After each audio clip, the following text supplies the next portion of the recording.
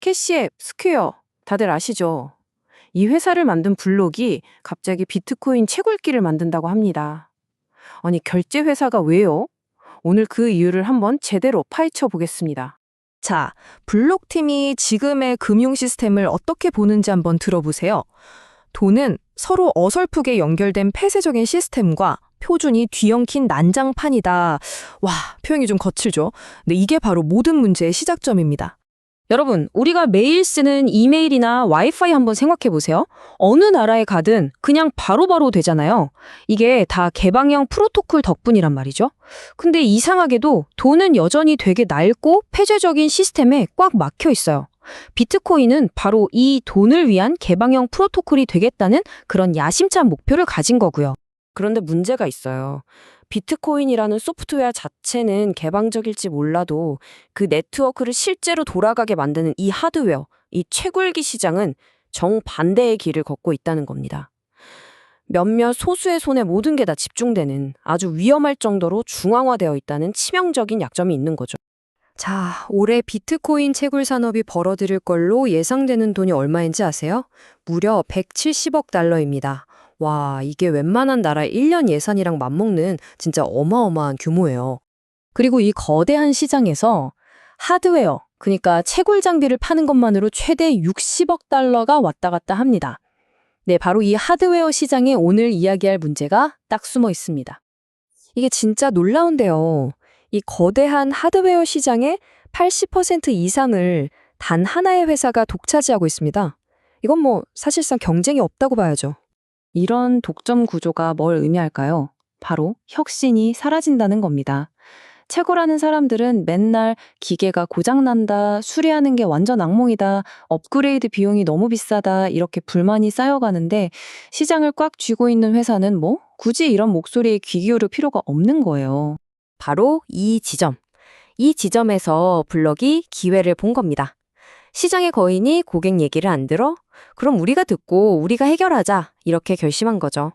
근데 재밌는 건요. 보통 이런 시장에 들어가려면 진입 장벽이 엄청 높다고 하잖아요. 근데 그게 사실은 블럭이 이미 다 가지고 있는 강력한 무기들이었다는 거예요.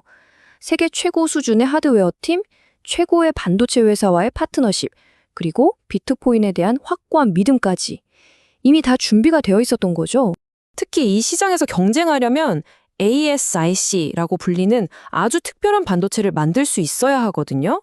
이건 뭐냐면 딱 한 가지, 그러니까 비트코인 채굴만 효율적으로 하도록 만들어진 특수칩이에요. 이건 정말 아무나 할 수 있는 일이 아닙니다. 블록은 이렇게 유리한 출발점에서 시작해서 아까 말했던 채굴자들의 그 모든 고충을 해결하기 위해 처음부터 완전히 새롭게 설계한 시스템, 바로 프로토를 만들어냈습니다. 하지만 그냥 더 좋은 하드웨어를 만드는 걸로는 부족했죠. 블록은 여기서 한 걸음 더 나아갑니다. 채굴 비즈니스의 판을 완전히 뒤집어버릴 새로운 모델을 제시하는데요. 바로 면도기와 면도날 모델입니다. 그들의 목표는 아주 명확했어요. 우리는 그냥 한 번 쓰고 버리는 신발 상자 같은 채굴기를 또 만들지 않겠다.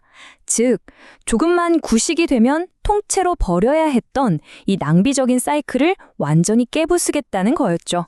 자, 이게 바로 블록의 면도기와 면도날 모델인데요. 정말 기가 막힙니다. 왼쪽이 기존 방식이에요. 기계 전체를 버려야 했죠. 근데 오른쪽을 보세요.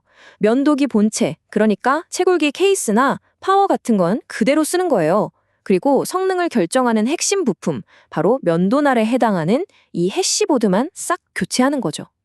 이러면 고객들은 업그레이드 비용을 확 줄일 수 있고 블록은 가장 가치 있는 부품 판매에 집중할 수 있게 되는 겁니다.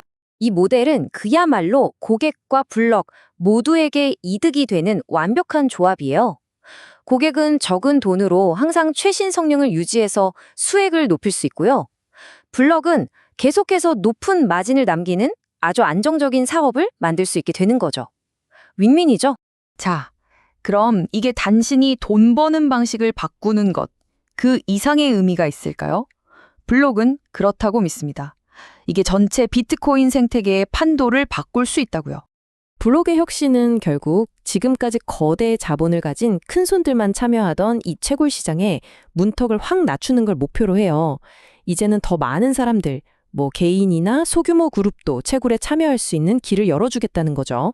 그리고 이 전략의 또 다른 핵심은 바로 지리적 탈중 강화입니다. 지금까지 채굴 하드웨어는 거의 다 특정 국가에서 만들어졌거든요. 공급망이 한쪽에 쏠려 있었다는 거죠. 근데 블록은 제품을 미국에서 직접 설계하고 조립해서 이 공급망을 다변화하고 안정성을 높이려는 겁니다. 결론적으로 블록은 훨씬 더 큰 그림을 보고 있는 겁니다. 당장 눈앞에 있는 채굴자들의 문제를 해결해서 좋은 사업을 만드는 것, 그리고 동시에 소수에게만 집중되어 있던 비트코인 네트워크의 힘을 여러 사람에게 분산시켜서 더 건강하고 안정적으로 만드는 것. 과연 이 새로운 하드웨어 비즈니스 모델이 우리 모두를 위한 개방형 화폐의 미래를 정말로 열 수 있을까요? 앞으로 정말 흥미진진해질 것 같습니다.